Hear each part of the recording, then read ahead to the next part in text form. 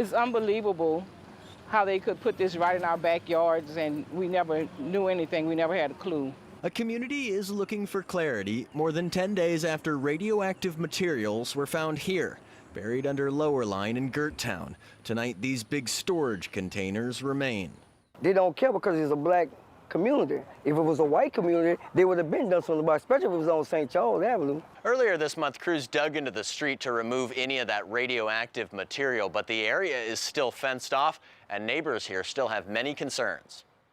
What happens when you're exposed to radiation? About 100 neighbors flooded into First Zion Baptist Church Monday night.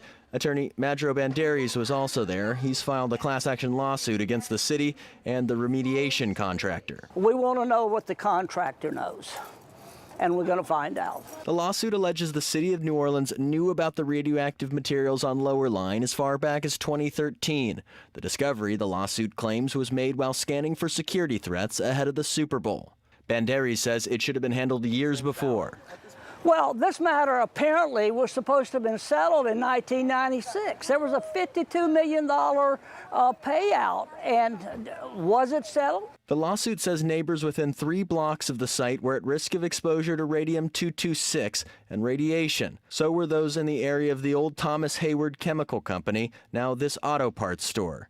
I have a sister who died of cancer 2 years ago, and we all grew up in this neighborhood, and I'm wondering if that has something to do with it.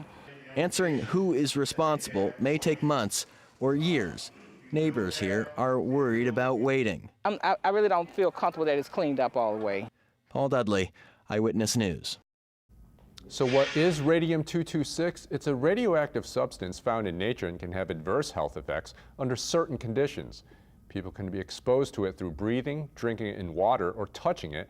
Experts say that low levels of radium in nature is normal.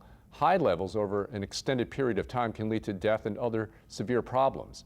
There is no medical test that can tell how much radium you've been exposed to, but you can be tested to see if radium is in your body.